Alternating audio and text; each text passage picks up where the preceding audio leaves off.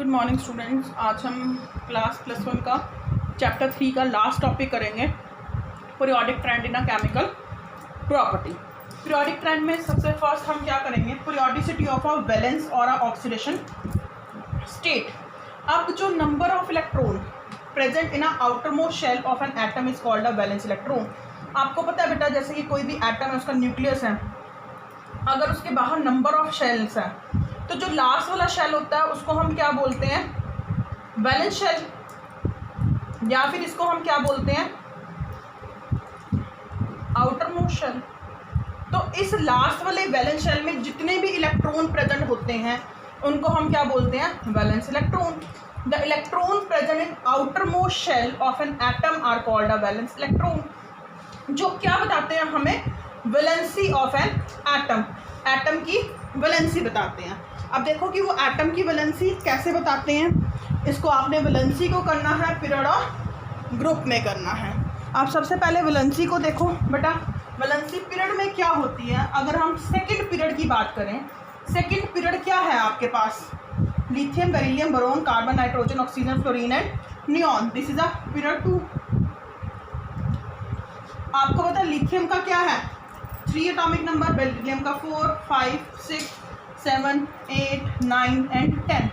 अगर आप इनकी इलेक्ट्रॉनिक कॉन्फ़िगरेशन लिखो तो लास्ट क्या बनेगी, 2, 1, इसमें 2, 2, इसमें 2, 3, 2, 4, नाइट्रोजन में 2, 5, ऑक्सीजन में 2, 6, फ्लोरीन में 2, 7 और नियॉन में 2, 8। तो अगर आप इसके वैलेंस शेल में देखो, वैलेंस शेल में क्या है, अगर मैं नंबर ऑफ शेल की बात करूं, नंबर ऑफ शेल क्या है, सेम है, जो कितने हैं, 2 ही हैं। बट अगर मैं इलेक्ट्रॉन इन वैलेंस शेल की बात करूं कि जो वैलेंस शेल में इलेक्ट्रॉन है वो इंक्रीज हो रहे हैं, इंक्रीज हो रहे हैं ना। देखो यहाँ पे लास्ट शेल में कितना है, 1, इसमें 2, बोरोन में 3 है, कार्बन में 4 है, नाइट्रोजन में 5 है, ऑक्सीजन में 6 है और फ्लोरीन में 7 है और नियॉन में क्या है, 8। तो हर एक एलिमेंट अपना ऑक्टेट कंप्लीट करना चाहता है। तो क्या होता है, जिनका नंबर 4 तक होता है, यानी कि अगर हम कहें कि जो लास्ट शेल में ऑक्टेट रूल के अकॉर्डिंग 8 इलेक्ट्रॉन होने चाहिए। अगर तो इलेक्ट्रॉन 1 to 4 है तो उसकी वैलेंसी क्या होगी, 4 ही होगी, 1 to 4। अगर मोर देन 4 है, मोर देन 4 इलेक्ट्रॉन है, तो वैलेंसी कैसे कैलकुलेट करते हैं, आपने जूनियर क्लासेस में भी करी है, 9th 10th में।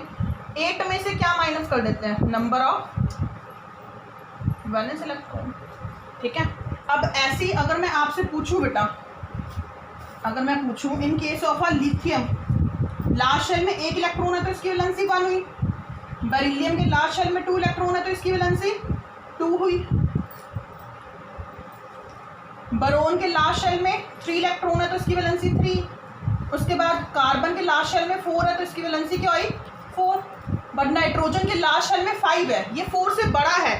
तो मैंने आपको अभी बताया क्या करेंगे, ऑक्टेट रूल के अकॉर्डिंग 8 में से इसको माइनस करेंगे, तो 8 - 5 क्या आ जाएगा, 3। फिर ऑक्सीजन की 8 - 6 2, फ्लोरीन की 8 - 7 1, नियॉन की 8 - 8 क्या आ जाएगी, 0। तो पीरियड में क्या हुआ, वैलेंसी पहले इंक्रीज हुई 1 to 4, उसके बाद यहाँ तक क्या हो रही है, इंक्रीज, फिर 4 से 0 में गई, फिर वैलेंसी क्या होगी, डिक्रीज। तो इसीलिए पीरियड में क्या लिखा हुआ है कि number of electron increase from 1 to 8। देखो नंबर ऑफ इलेक्ट्रॉन बढ़ रहे हैं ना, 1 2 3 4 5 6 7 8, 1 to 8, ठीक है। क्लियर आ गया बेटा, समझ आ गया होगा आपको। और जो वैलेंसी है वो क्या होती है, पहले 1 to 4, फिर उसके बाद डिक्रीज हो जाती है 0। क्लियर है बेटा, हर एक ग्रुप में ऐसे ही होगा, सॉरी हर एक पीरियड में ऐसा ही होगा। वैलेंसी पहले 1 to 4 जाएगी और उसके बाद क्या हो जाएगी, डिक्रीज। अब अगर हम ग्रुप की बात करें, ठीक है बेटा, आई होप आपको इतना समझ आ गया होगा। पोस्ट करके आप इसको नोट डाउन कर सकते हो। अब देखो बेटा, वैलेंसी इन ग्रुप, अब मैं कोई भी एग्जांपल ले लो, जैसे मैं ग्रुप 1 ही लेती हूँ। आपको पता है ग्रुप 1 में क्या होती हैं, अल्कली मेटल्स, इसके एलिमेंट्स भी आपको अब तक लर्न हो चुके होंगे, hydrogen, lithium, sodium, potassium, rubidium, caesium, francium. तो आप 4 तक ही देख लो कैसे है। अगर मैं इसका एटॉमिक नंबर कहूँ 1 है, लिथियम का 3, सोडियम का 11, पोटाशियम का 19। इलेक्ट्रॉनिक कॉन्फ़िगरेशन लिखो तो के शेल में 1, इसके भी एल शेल में 1, इसके 2 8 1, एम शेल आ गया, इसमें 2 8 8 1 एन शेल। अगर आप देखो तो इसमें आउटर मोस्ट शेल हाइड्रोजन का क्या के है ना, तो इसमें कितने इलेक्ट्रॉन है 1। लिथियम का आउटर मोस्ट शेल कौन सा है एल, सेकेंड हो गया ना, उसमें भी कितने इलेक्ट्रॉन है 1। सोडियम तो कौन सा है थर्ड आउटर मोस्ट शेल है जिसको एम बोलते हैं, उसमें भी कितने इलेक्ट्रॉन है बेटा 1 ही है। ऐसे पोटाशियम, पोटाशियम का आउटर मोस्ट शेल कौन सा है एन, फोर्थ वाला 1 2 3 4, उसमें भी कितने हैं 1 इलेक्ट्रॉन। तो हमारे पास ग्रुप में क्या हो रहा है, अगर हम कहें तो जो नंबर ऑफ इलेक्ट्रॉन है दैट रिमेन सेम, ठीक है, बट नंबर ऑफ शेल क्या हो रहे हैं वो इंक्रीज हो रहे हैं 1 बाय 1। इसमें 1 है, इसमें 2 है, इसमें 3 है, इसमें 4 है।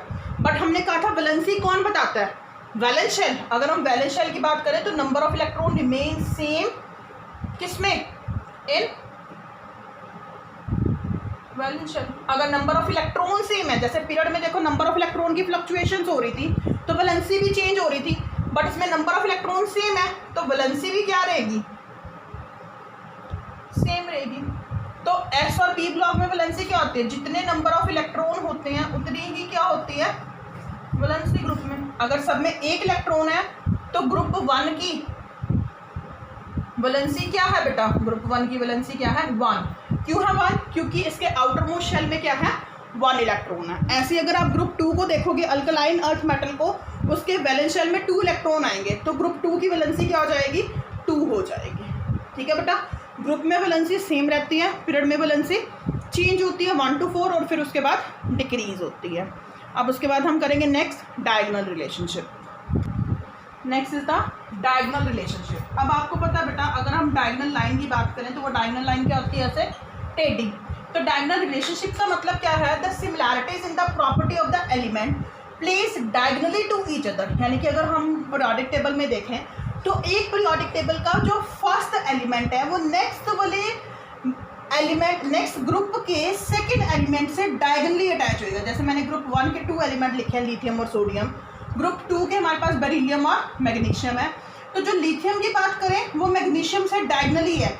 अगर हम सोडियम की बात करें तो सोडियम क्या है, मैग्नीशियम के बाद क्या आता है कैल्शियम, तो इससे डायगोनली रिलेटेड है। तो डायगोनल होने की वजह से इनकी कुछ प्रॉपर्टीज, सारी नहीं कुछ प्रॉपर्टीज सेम हो जाती हैं, जिसको हम क्या बोलते हैं डायगोनल रिलेशनशिप। तो डायगोनल रिलेशनशिप क्या है, the similarities in the property of a element place diagonally to each other is called a diagonal relationship. जैसे अगर हम लिथियम का डायगोनल रिलेशनशिप किससे है, मैग्नीशियम से, बेरिलियम का एल्यूमिनियम से, बोरोन का सिलिकॉन से। तो इनकी जो कुछ प्रॉपर्टीज है, अगर मैं लिथियम और मैग्नीशियम की बात करूँ वो सेम है, बेरिलियम और एल्यूमिनियम की सेम है, उसको हम क्या बोलते हैं बेटा डायगोनल रिलेशनशिप। अब इसमें एक और टर्म है जो क्या है अनोमलस बिहेवियर। अनोमलस का मतलब जैसे एबनॉर्मल होता है बेटा, जो एबनॉर्मल पर्सन होता है वो बाकी एक नॉर्मल पर्सन से बिल्कुल उल्टा होता है। तो ऐसी जो अनोमलस बिहेवियर है वो क्या है, ये ग्रुप में अप्लाई होता है ना कि पीरियड में। क्या है, the first member of a particular group, कि किसी भी एक ग्रुप का जो फर्स्ट मेंबर है of S and p block, उसकी प्रॉपर्टीज उस ग्रुप के बाकी सारे मेंबर से डिफरेंट होंगी। कैसे, देखो अगर मैं आपको बताती हूँ, देखो अगर मैं ग्रुप 17 लेती हूँ, ग्रुप 17 आपको पता है किससे बिलोंग करता है, ग्रुप 1 और 2 एस ब्लॉक के बहुत बार बता चुकी हूँ। ग्रुप 17 क्या है, पी ब्लॉक से रिलेटेड है। इसमें क्या होते हैं बेटा हाइड्रोजन, कौन से, फ्लोरीन, क्लोरीन, ब्रोमीन, आयोडीन।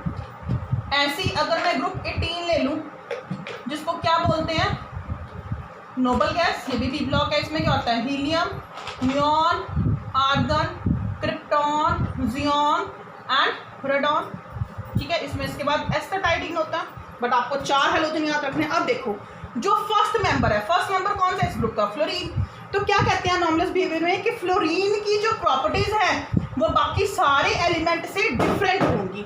अब वो कौन सी प्रॉपर्टीज हो सकती हैं, अगर आप देखो ग्रुप में मैंने आपको फिजिकल प्रॉपर्टीज कराई हैं, एटॉमिक रेडियस कराया, आयनाइजेशन एनर्जी कराई, इलेक्ट्रॉन गेन एंथैल्पी कराई, इलेक्ट्रॉन नेगेटिविटी कराई, वैलेंसी कराई। तो क्या होता है कि जो फर्स्ट मेंबर है, अगर मैं रेडियाई की बात करूं बेटा तो रेडियाई क्या होता है ग्रुप में, फ्लोरीन से अगर एस्टाटाइडिन की तरफ जाएंगे तो रेडियस बढ़ेगा, इसका मतलब फ्लोरीन का रेडियस सबसे छोटा है। अगर मैं इसकी इलेक्ट्रॉनिक कॉन्फ़िगरेशन लिखूं तो क्या है, एटॉमिक नंबर 9 है, 1s2 2s2 2p5। इसकी क्या होगी, 1s2 2s2 2p6 3s2 3p5। और अगर मैं फर्स्ट मेंबर को कंपैरिजन करूँ दूसरे से, तो इसमें सेकंड आया, और आपको पता है कि अगर सेकंड शेल है तो उसमें डी ऑर्बिटल नहीं होता। सेकंड में अकॉर्डिंग टू क्वांटम नंबर क्या होता है, सिर्फ एस और पी सब शेल होते हैं।